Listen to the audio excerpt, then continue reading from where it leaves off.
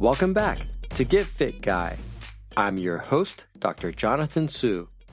Every week, I'll share science-backed tips to help you get fit, stay fit, and optimize performance.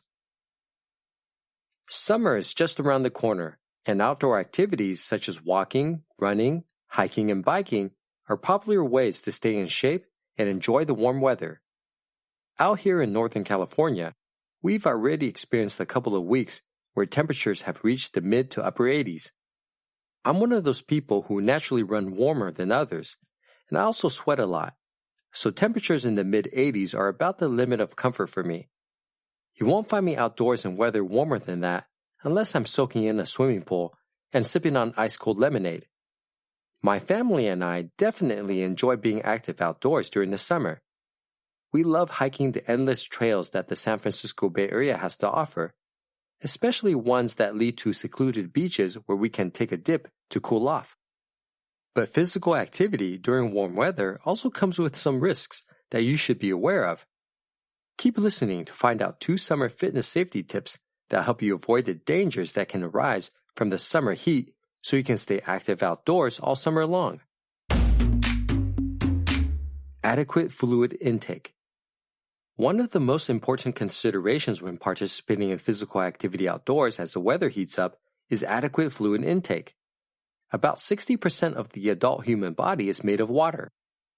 Water is vital for regulating body temperature, transporting nutrients throughout our bodies, flushing waste, and lubricating joints. You can go without food for about 3 weeks, but you can only last 3 or 4 days without water. The human body cools itself through sweating, so water requirements increase during exercise in the heat. You can lose as much as a gallon of water per hour when exercising in the heat just from sweating. If you're dehydrated, your body will have a harder time regulating temperature. This can result in your body overheating and possibly lead to dangerous conditions such as heat exhaustion and heat stroke. Stay safe when working out in summer months by making sure you drink plenty of water so your body functions properly. The amount of water you should drink varies depending on your weight.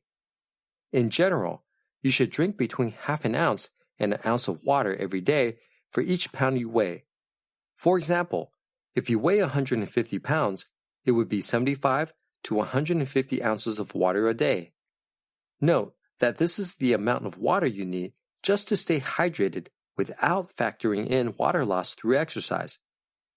Participating in physical activities outdoors when the weather is warm means you'll need to drink even more water. The American Council on Exercise suggests drinking about 2 to 3 cups of water 2 hours before working out and about 1 cup of water every 10 to 20 minutes during your workout. It's also a good idea to weigh yourself without clothes before and after your workout because the difference in your weight is a good indicator of your water loss during your workout. Drink 2 cups of water for every pound of body weight you've lost after exercise. For example, if you've lost 2 pounds during your workout, you should drink 4 cups of water after your workout.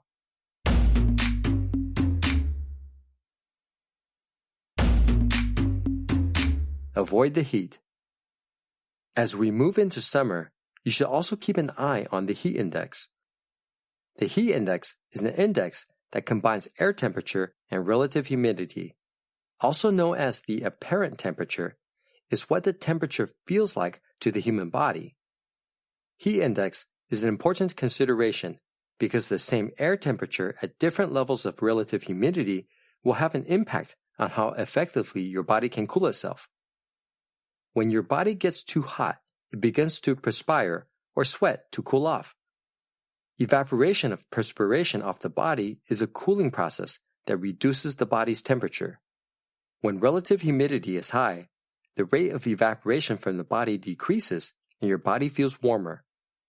You probably have experienced this if you've ever been to a tropical country for vacation and stepped off the airplane in nearly 100% humidity. It feels like you're in a steam room, making it difficult to breathe. There's a direct relationship between the air temperature and relative humidity and the heat index. As the air temperature and relative humidity increases, the heat index increases. Generally, when the heat index is over 90 degrees Fahrenheit, you should use extreme caution when heading outdoors for activity or intense exercise because there's an increased risk of serious heat-related illnesses such as heat exhaustion and heat stroke. We can look at the National Weather Service's heat index chart to see how a change in relative humidity at a fixed air temperature can impact the heat index. For example, the heat index is at a comfortable 81 when relative humidity is 40% at 82 degrees Fahrenheit. However, the heat index jumps to 91 when relative humidity is 90% at the same air temperature, making it unsafe to exercise outdoors. You can find the heat index by using your favorite weather app, watching your local news, or visiting the National Weather Service webpage for your local area. I'm sure you're just as excited as I am to spend the summer walking, running, hiking, and biking outdoors. In fact, we're near the end of cherry picking season here in Northern California, and I've been spending the weekends out in the sun with my family at cherry orchards, picking and eating the juiciest, ripest, and sweetest cherries around. I make sure to check the heat index before heading out, and we bring plenty of cool water to wash the cherries and for my family to stay hydrated. Remember to stay hydrated and to take your physical activities indoors when the heat index is over 90 degrees Fahrenheit. You'll be able to enjoy summer without a hiccup. If you have a question you want me to answer on the show, email me at getfitguy@quickanddirtytips.com or leave me a voicemail at 510-353-3104. Get Fit Guy is a Quick and Dirty Tips podcast. It's audio engineered by Nathan Sems, with script editing by Adam Cecil. Our podcast and advertising operations specialist is Morgan Christensen. Our assistant manager is Emily Miller. Our marketing and publicity assistant is Davina Tomlin. And our intern is Brendan Pica. The Quick and Dirty Tips Network is a division of Macmillan Publishers.